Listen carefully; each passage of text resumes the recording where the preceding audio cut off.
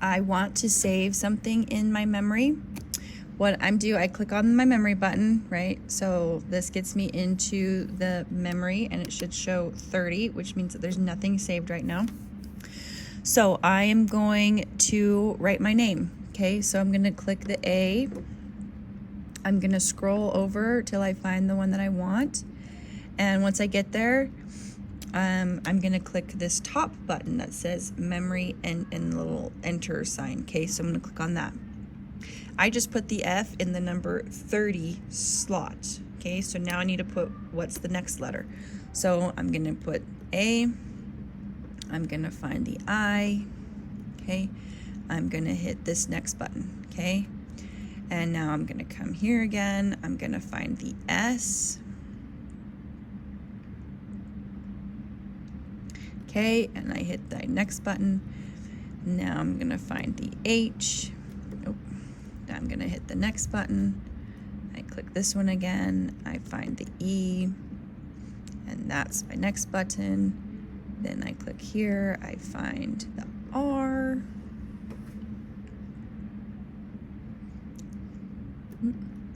And that's my next button. Okay. So I've now saved my memory. If you want to put a space in between, you can just do a straight line. So you can hit the 1 and you can bump the needle over and that will make it be at the bottom. And then you go next again. Okay. You can do the same thing with a decorative stitch if you want. You could do a zigzag stitch. Okay. So, whatever you want to do. So if I scroll back and if I want to check my memory, I'm going to scroll back to the beginning. F-I-S-H-E-R, straight line, zigzag line, and then it's going to repeat. Okay, so let's go ahead and start sewing and see what happens. So I'm going to just scroll back to that beginning one just to be safe. Oh, this probably isn't the best fabric to see because I'm using white, but we'll do our best. Grab my petal. Oops, sorry. Make sure you always grab the petal by the petal and not by the cord. Okay. All right. And then let's give it a shot. Let's see what happens.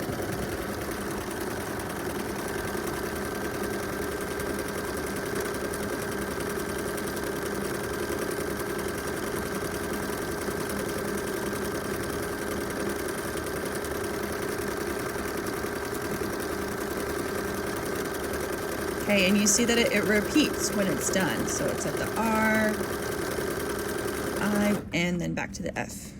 Okay, so I'm just gonna take a look at this. Sorry again, I picked a bad color for you to see, but you see that it spells Fisher and then does a straight line, does a zigzag, and then it repeats. Okay, now a little trick, a little secret for you. If you don't want it to continuously repeat, if you just want it to do it one time, you can click this button here just once, okay? And what that's gonna do is it's going to just do it one time, my whole pattern one time, okay? So I'm going to show you what that looks like. So I'm gonna start over.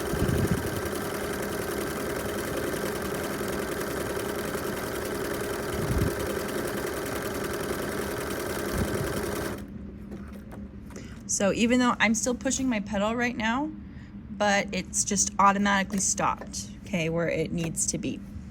So I'm going to take this off and let's take a look at it, okay? So here it is. So it just says Fisher and it does my pattern one time, okay? So you are welcome at any point to do this on any of your projects, okay? I'm not always gonna be available to explain it to you, so that's why I've made this video for you, so that you have a guide. So please watch the whole video as often as you need to, and then you can ask me questions if I'm not helping somebody else, okay? So that's how you have fun with your writing your name.